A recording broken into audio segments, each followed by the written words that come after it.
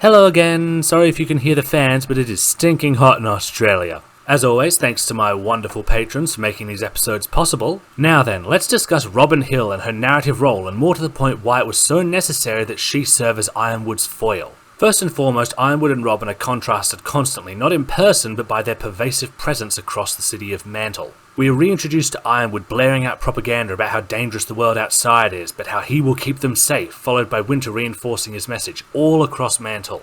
Meanwhile, Robyn's presence is quiet, less obtrusive, not demanding the people's attention, nor reliant on mechanisms that are dependent on exclusive access. We see it instead through posters and imagery put up by the people who actually support her. She is the leader wanted and welcomed, while Ironwood is forcing his presence and authority on the people. They're directly contrasted by a supporter also locked up in the mantle with the main cast. However, his personality is such that it helps obscure the truth of the situation for the protagonists, because his personality comes off as somewhat difficult to take seriously. Now, one might think the first meetings would reflect worse on Robyn over Ironwood given how they turned out, but not really.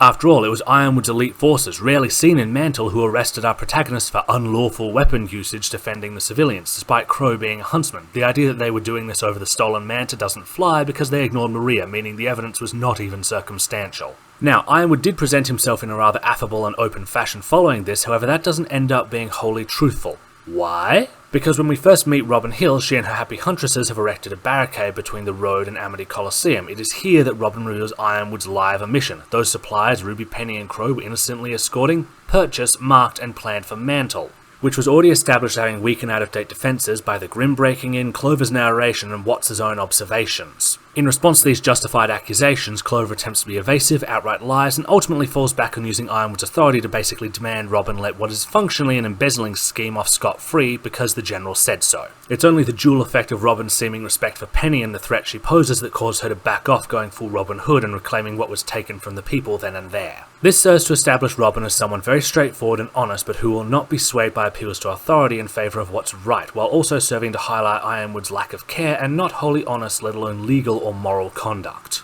Despite this setback and an overwhelming opposition, Robyn doesn't waver even when her own subordinates seem adrift, another contrast, albeit one for later. Following this exchange, we next see contrast brought up thanks to the election itself. Ironwood makes it clear that despite his distaste for Jacques, he clearly doesn't like the prospect of Robyn on the council either, seeming vexed at the prospect of having to coordinate with her or anyone.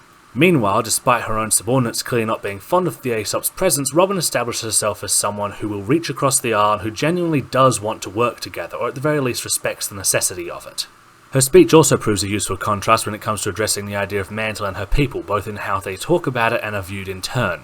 Robyn is clearly beloved by the people of Mantle and more to the point acknowledges and engages with them as a people. Meanwhile, Ironwood only ever talks about Mantle as a city, not a people, and his neglect and secrecy result in a distrust and unease.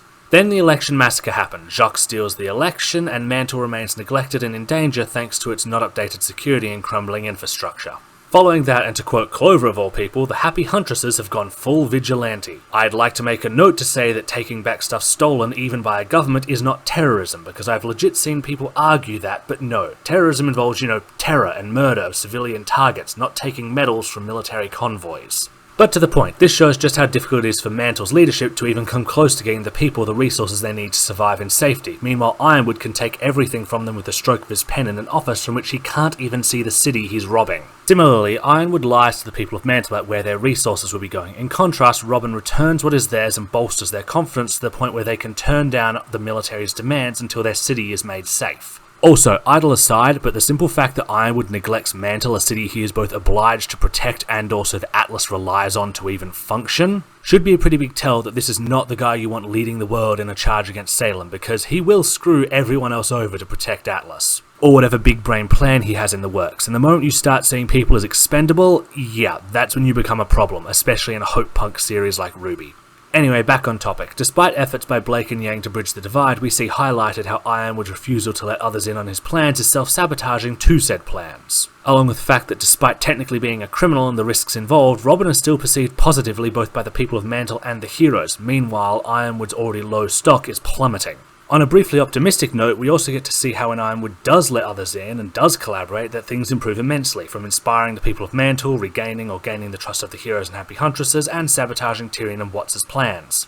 But where the prospect of a more powerful, implacable foe has so far done little more than slow Robyn down, Ironwood, when faced with even a reminder of Cinder, breaks and will burn the entire house of cards down to keep himself warm another day. Cinder's presence alone causing him to order the death of Freya and cancelling the evacuation of Mantle because he blames the refugees for Cinder getting into the city. Also, I would note again that helping someone resist a literally unlawful arrest and also not wanting to be taken to the flying fortress of the man who just condemned your entire city to die isn't terrorism. It was also literally the only choice Robyn had beyond just submitting to capture.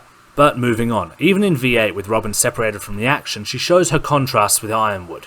A quick and easy example is the fact that the Happy Huntresses are able to function even without Robyn present. Meanwhile, Atlas is so hierarchical it seems to struggle to function without somebody sitting at the top.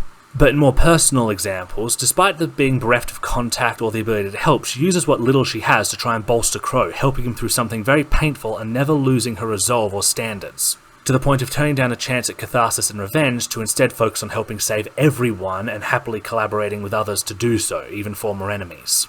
Meanwhile, Ironwood relies more and more on force and authority. Having already rankled at questions or counterpoints, he grows even more violent in the face of disobedience and even outright tortures Watts into subservience, or seeming subservience given Watts plays him. Ironwood's despair and fear consumed him entirely, letting him drive himself beyond rationality as his desperate desire for safety and control leaves Mantle to die and Atlas spiralling ever downwards, right into Salem's hands. Put bluntly, good leaders lift people and other ideas up. Ironwood quite literally shoots them down. Well, that's all for today. If you want to help out with my work, please swing by my Patreon, where you can also get early previews of episodes, scripts, 3D models and more. You can also throw me a tip via coffee or commission art and maybe even episodes. Thanks for stopping by.